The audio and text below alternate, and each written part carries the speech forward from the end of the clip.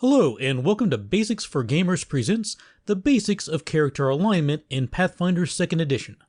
In this presentation, you'll learn about the traditional alignment system used in Pathfinder and many other role-playing games. We'll introduce the alignment system, review all 9 alignment categories, and discuss when it makes sense for a player to act outside of their character's alignment.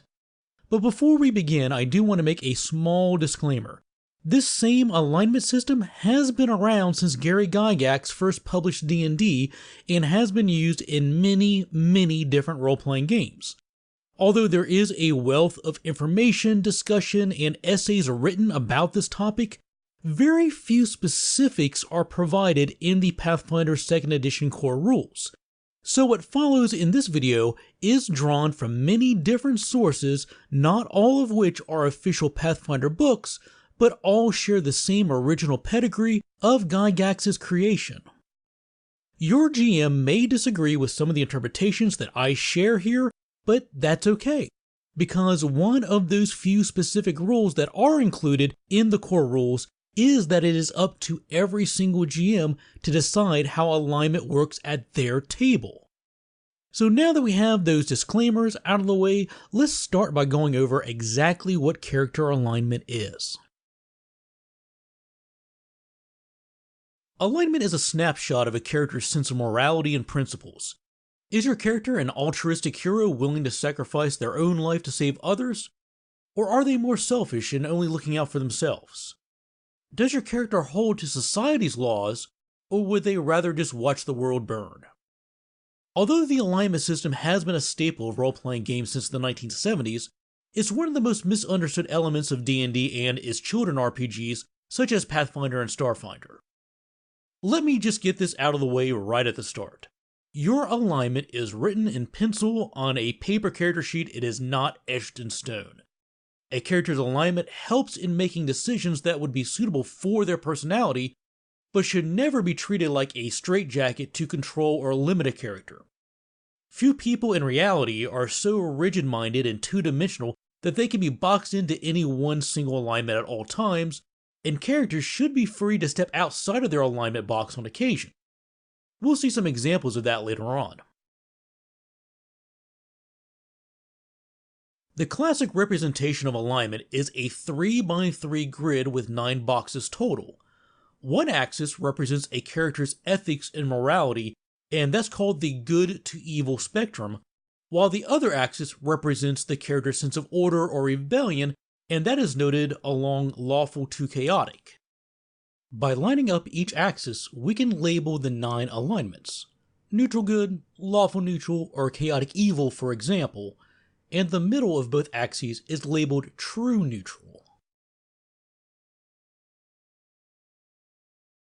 Let's tackle the good versus evil spectrum first. This represents a character's willingness to help others. Good characters have a respect for life and freedom, while evil characters are willing to torture, kill, or enslave to further their own goals. When working with new players, I often paint the picture like this. You're walking down the road and you encounter a stranger. You don't know them and they are in dire need of help. You're able to provide this help, but must sacrifice something fairly valuable to do so. And I don't describe the scenario beyond that. I don't get into specifics. I don't even get into what kind of trouble they're in or what you'll have to sacrifice to help them. You don't want to get bogged down in details, as this is just meant to be a quick gut check. After I present that very brief scenario, I give them 3 options. Option A, do you sacrifice from yourself and help the stranger? Option B, do you strike a deal with the stranger? You're willing to help them, but only if you get something in return. Or option C, do you take advantage of this helpless stranger? Do you sacrifice from them to better yourself? In this case, maybe you rob them while they're vulnerable. If you chose option A, you're likely good aligned. If you chose option C, you're evil. And if you chose B, then you could be in that gray neutral zone of the spectrum. When it comes to good versus evil, selfish actions often fall within the neutral alignments. In fact, with 2 exceptions, whenever you see the word neutral, you should probably be thinking selfish, and a lack of any real commitment to good or evil could also constitute a neutral alignment.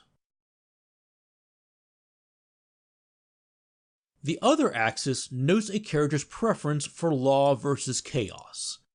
Many players, both new and experienced, mistake law for meaning good and chaos for meaning bad. Neither of these terms are inherently good or bad. Law versus chaos represents a character's preference for structure and order in their lives. Are you more likely to obey or to rebel? Where does your character get their sense of right and wrong? Is it from an external source, such as a city's laws or the tenets of your religion? Or does your sense of right and wrong come from an internal source? Maybe you do what you feel is just because that's how you feel. And to hell with all the laws and the rules, you're going to follow what your heart tells you is right and just. If your sense of right and wrong comes from clearly defined rules, such as a government's regulations or a church's laws, then you're probably lawful. If your sense of right and wrong comes from within, regardless of any rules or laws, then you're probably chaotic. Also, chaotic characters often favor living out in the wild amongst nature, while lawful characters may prefer living behind the walls in the structure of a city. Let's look at the 9 alignments in turn, and starting with Lawful Good. Lawful Good characters value structure, order, and laws. They might have even sworn an oath to a church or a cause that they believe in.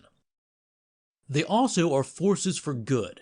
They're willing to help those in need and protect the weak. And although they tend to obey authority, they always place goodness first and would not blindly follow rules or a superior's orders if doing so would unjustly inflict harm on others. Lawful Good characters are honest and trustworthy. Their word is their bond, and they would avoid telling a lie even to an evil opponent. Some examples in popular culture of Lawful Good characters might be the fabled knights in shining armor or noble samurai. In fiction, you can find other examples such as Superman, Ned Stark, or Optimus Prime. A neutral good character is dedicated to doing what's right and helping others. They generally obey the law, and they work well with authority figures, but the neutral good character does not feel beholden to those laws. They always try to work within the law if possible, but they are willing to bend those rules if that's what's needed to serve the greater good. Neutral good characters believe a society needs laws to function, but if the laws are too many or too rigid, then they pose too great a limitation on personal freedoms. They believe in doing the right thing, but don't bother with enforcing any kind of ideology the way a lawful good character probably would. A neutral good character would keep their word to good and neutral aligned characters, but have no problem lying to someone who is clearly evil. Some people view neutral good as a sort of transitional phase that's typical of young heroes who are still trying to find their place and haven't fully fallen into either the lawful good or chaotic good categories yet. Some examples might include cops who don't go by the book, like Axel Foley in Beverly Hills Cop, or Captain James T. Kirk, who generally obeys authority, but he's not afraid to bend a regulation here or there if that's the right thing to do or to be in a no-win scenario. And perhaps the most popular example of a neutral good character is Spider-Man, who believes with great power comes great responsibility, and he is definitely a force for good, but he works outside of the law, although he greatly respects that law. Chaotic good characters follow their conscience. They believe in upholding good and doing what's right, but they really don't care about any rules or laws. They follow their own path, not the one that's laid out for them by governments or religions or other organizations. Chaotic good characters have strong beliefs in freedom and individuality. They oppose anyone who would seek to take away another person's freedom. At times, a chaotic good character may be selfish and a little greedy, but they would not seek to harm anyone who didn't have it coming. Chaotic good characters often work alone as they do value their freedom, but they're willing to help those in need and do so on their own terms. Chaotic good characters have a strong dislike for authority and may freely break laws, but always do so in the pursuit of what is good and just. They would not harm an innocent person, and if they ever kill you, you'll be awake, you'll be facing them, and you'll be armed. They won't kill for pleasure, and they won't torture, but are more than willing to intimidate to get what they need. Chaotic good characters only lie to evildoers and would never, ever betray an ally or a friend. Examples of chaotic good characters include Captain Malcolm Reynolds from Firefly, Robin Hood, and Wolverine. The lawful neutral alignment is often referred to as the judge. These characters view right and wrong as being clearly defined with little or no shades of gray between them. They hold order above concerns of doing good or evil. The law is the law. They believe structure and civilization to be of paramount importance and will usually put the needs of a community over the needs or the freedoms of an individual. Lawful neutral characters believe the world is black and white, right and wrong. They enforce the rules without regard for good or evil. If someone steals a loaf of bread to feed their starving family, then that's a crime, and they should be punished accordingly. They also hold personal honor very high. They are trustworthy figures who would never tell a lie. Examples of lawful neutral characters might include Judge Dredd, most depictions of Death or the Grim Reaper, and perhaps the best example of lawful neutral in my opinion is Sergeant Joe Friday from Dragnet. Truly neutral characters are the most difficult to define and pin down. They prefer good to evil, but they're really not interested in going out of their way to enforce either. They can come off as distant, uncommitted, or aloof. They're often perceived as being a slacker or just not caring. Neutral characters can be selfish and almost always place their own interests ahead of a group's, but not to the point of inflicting harm to the group. Most non-sentient creatures are truly neutral. They act purely on instinct or programming without any awareness of good versus evil or law versus chaos. Although true neutral characters can hold very fluid outlooks on the world and frequently change their mind, this alignment should not be considered as some kind of wild card or loophole that will allow a player to do whatever they want, whenever they want, without concern for the alignment system. True neutrality is not a way to get around the rules. Examples of truly neutral characters include the Dude from The Big Lebowski, computers and artificial intelligence that simply perform the functions that they are programmed to do without any awareness of good or evil.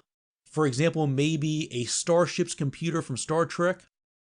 And all non-sentient animals, except for the family dog, because they're good boys and girls. Chaotic good, but still good. Chaotic neutral characters are often viewed as being extremely selfish, but not to the point of committing acts of evil. Frequent examples of chaotic neutral characters would be criminals who don't really want to harm others by their crimes, or a common example are the more heroic pirates, those who might raid and steal, but they're more likely to taunt and humiliate their victims than kill them. Chaotic neutral characters are free spirits who are concerned with themselves first and foremost. As with chaotic good characters, those who are chaotic neutral also fiercely value freedom and independence. But whereas chaotic good characters will fight against the oppression of others, chaotic neutral characters look out for number one, and they tend to only care about their own freedom. A chaotic neutral character may work with organizations, but only as long as doing so benefits them and will quickly sever those ties without a hint of regret. Although they do not embrace traditions or care one whit about governments, chaotic neutral characters are not anarchists who would lead a revolt or conspire to burn down an institution. They simply don't care about such things as long as they're left alone.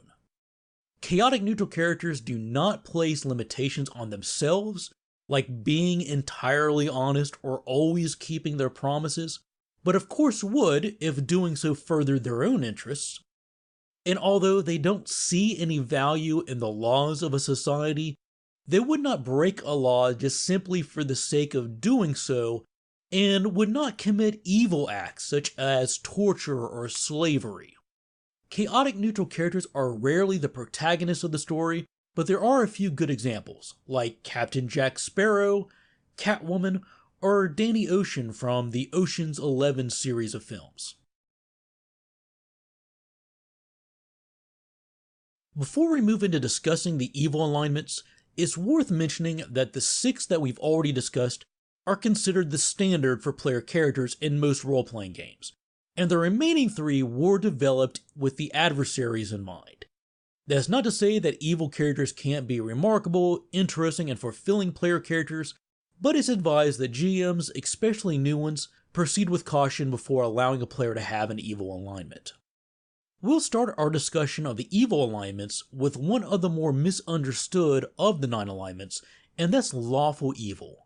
I frequently hear new players ask, how can someone be both lawful and evil? Doesn't being evil go against following laws? Well, maybe. Let's go back to our discussion of what lawful means. Characters who are lawful value order and structure, and their sense of justice often comes externally, from the tenets of a cult or oppressive government, for example. And as we discussed before, evil characters seek personal benefit at the expense of others.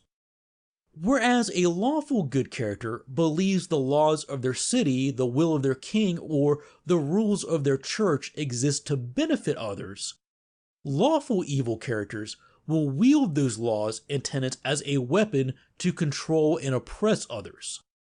Individuals who wish to dominate and impose their will on others are lawful evil. In societies which cater to authoritarian rule, with harsh punishments for seemingly minor crimes, or those societies which promote slavery as being acceptable, would also be labeled as lawful evil. A lawful evil character values order, tradition, loyalty, and obedience, but shuns notions of freedom and independence. Lawful evil characters value hierarchies and seek to place vulnerable communities such as ethnic, racial, or social minorities at the bottom of those hierarchies so that they may rise in power. They are the masters, and the less fortunate should be their servants. Laws are valuable because they are a means to seize hold of and maintain power over others. Slavery, public executions, and oppressive caste systems are all laws that they would dutifully uphold and view notions of equality and personal freedom as signs of weakness. Lawful evil characters value allies and loyalty and will impose swift and fatal punishment on those who might betray them. Lawful evil characters often have codes that they perceive as moral and that separate them from common thugs, but usually allow themselves a few loopholes. For example, their personal code might be to never kill an unarmed foe, but they'd order one of their minions to do it for them. Or they might never tell a lie, but would mislead or intentionally withhold valuable information. They have no problems using torture to get what they need, but they likely find the practice a little distasteful and would not torture just for pleasure. A few examples of lawful evil characters might be certain depictions of the devil, especially those where mortals sell their souls by signing a contract. Leaders of cults and corrupt churches or governmental dictators would also be lawful evil. Specific examples might include Emperor Palpatine, General Kuvira from The Legend of Korra, or the Kingpin from Marvel Comics. If chaotic neutral pirates are the heroic sorts who like to playfully tease and humiliate their opponents, then neutral evil pirates are the black barts of the world, who would hang severed heads from the bows of their ships, or torture defeated captains in front of their crews, or man their ships with enslaved townspeople. Neutral evil characters tend to be selfish criminals who have no qualms about harming or killing innocent people to get what they want. They do whatever they can get away with and indulge in a variety of hedonistic acts for their own pleasure without concern for how those activities might harm others. They lie, they torture and kill, not simply for the sake of it, but because they benefit from doing so. Neutral evil is the most selfish of the 9 alignments. Neutral evil characters will work with others so long as doing so furthers their goals, but will also stab those allies in the back for the same reasons. More than truly partnering with others, neutral evil characters would use others as tools to reach a desired outcome. Neutral evil characters never feel a responsibility to keep their word, they will kill innocents and unarmed foes, and in general they do whatever they need to do to benefit themselves. Some examples of possible neutral evil characters are Lex Luthor, Hans Gruber from Die Hard, and Eric Cartman. Some people just want to watch the world burn. In role-playing games, we call them chaotic evil. Chaotic evil characters embrace destruction for the sake of destruction and evil for the sake of evil. They may not even benefit from the pain and suffering they cause, but instead derive pleasure from the sheer chaos that they have created. They avoid being in groups as any form of organization goes against the chaos that they desire. They are demonic, forces of pure evil and the bane of everything the good and righteous represent. They value personal strength and view laws and order as tools for only the weak. Serial killers and the most cruel and depraved of criminals fall into this category. The most frequently cited example of a chaotic evil character is the Joker, but a few others might be Bellatrix Lestrange, Kid Buu from Dragon Ball, and the evil midnight bomber what bombs at midnight from The Tick. While reviewing the 9 alignments, I wouldn't be surprised if some of my examples raise an eyebrow. It seems like arguing over what alignment category certain movie and comic book characters fall into has become an obsession over the internet, and I'll be the first to admit that it's a subjective process and the examples that I use may not be the same that others would. And a large reason for that is that no interesting and compelling character from fiction spends their entire career trapped inside of one alignment box. Never, ever. Just like real people, they face situations and make decisions that cause them to behave like another alignment at times, but generally speaking, they only do so occasionally and rarely move more than one step away from their default alignment. I've even seen it argued that over the 5 seasons of Breaking Bad, at one point or another, the protagonist, Walter White, assumes every single one of the 9 alignments, which is appropriate given that he's a fascinating character and the overarching plot of Breaking Bad is exploring what it would take for a good and noble person to become a ruthless villain. So interesting characters should not be caged into any single alignment, but they should be able to shift when it's appropriate. Let's use Captain Picard as an example, not only because he's a well-known figure, but he's also one of the most frequently debated characters when it comes to alignment. Some people argue that he is lawful good. After all, he values law, order, and structure, and he will gladly sacrifice from himself to benefit others. But other people point out that in one episode, Homeward, Captain Picard is willing to let the entire population of a planet die because he's bound by the Prime Directive. In favoring the letter of the law over the well-being of millions of innocent people, that makes him lawful neutral, right? And there are other times when Captain Picard acts more in line with a neutral good philosophy, directly opposite of lawful neutral, in that he's blatantly ignoring rules and regulations because obeying them would cause the death of an innocent person. This was the case in the episode Pen Pals, when Picard allows Commander Data to visit an alien child and save her planet from cataclysmic disaster, even though doing so is a clear violation of Starfleet's Prime Directive, the exact same law that he previously was willing to let an entire planet's population die to preserve. So what alignment is Captain Picard? Is he lawful good? Is he neutral good? Is he lawful neutral? Is he something else? I would place his default alignment as lawful good, and note that he occasionally shifts one step on the chart into neutral good and lawful neutral.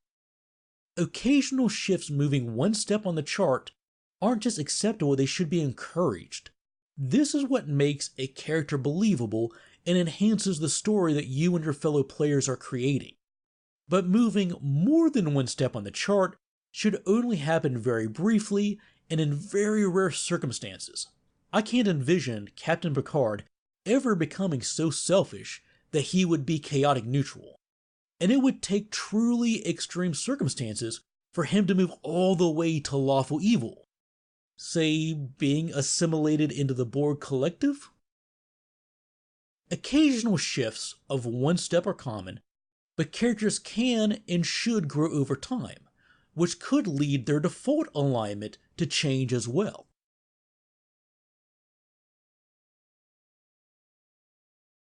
With that, we'll bring this video to a close.